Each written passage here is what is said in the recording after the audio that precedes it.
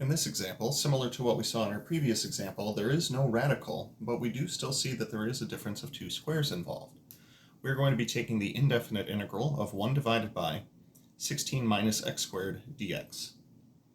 So this guy right here takes on the form a squared minus x squared, where this time a would be equal to 4.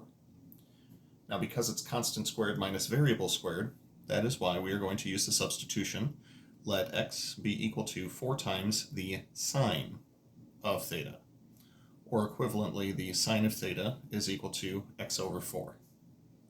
From right triangle trigonometry, sine is the opposite side over the hypotenuse. So when we set up a right triangle for this, the opposite side from theta will be x, the hypotenuse will be 4. Applying the Pythagorean theorem will tell us that our third side is the radical. Now taking a look at the radical side and the constant side, that lets us know that the cosine of theta is going to be equal to our radical, 16 minus x squared, divided by 4. Or equivalently, our radical, 16 minus x squared, is going to be equal to 4 times the cosine of theta. Now, there is no radical this time though, so technically we wouldn't have to worry about that. We could just say that 16 minus x squared is going to be 16 times the cosine squared of theta by either substituting in the x equals 4 times the sine of theta and applying a Pythagorean identity, or squaring the previous line. We also need our differential for the substitution.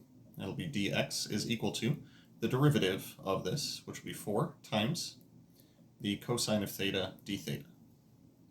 At this point, I believe we are ready to make our substitutions into the original indefinite integral.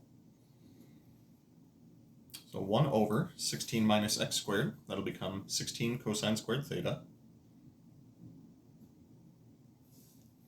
Dx will become 4 times the cosine of theta, d theta.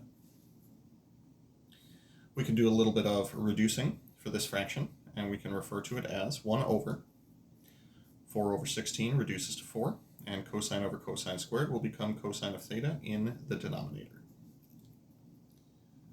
A little bit more algebraic and trigonometric manipulation here. We'll take the 1 over 4 and pull it outside of the integral.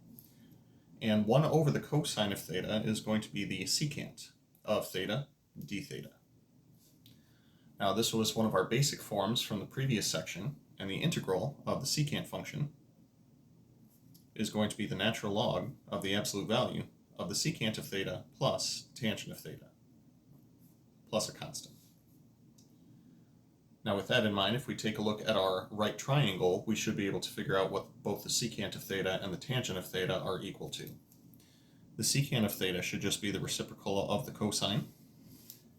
Here's the expression that we had for the cosine, so the secant will be the reciprocal of that, 4 over the square root of square root of 16 minus x squared. For the tangent of theta, that would be equal to the opposite over the adjacent. That'll be x over our given radical, 16 minus x squared, like so. So let's go ahead and substitute those in to our natural log. Absolute value of the secant, that is going to be 4 over the square root of 16 minus x squared. That's plus the tangent of theta, which will be x over the same radical. Now at this point, if you wanted to combine those to one single fraction in here because they have the same denominator, that's totally fine. Otherwise, I would say it is good as is.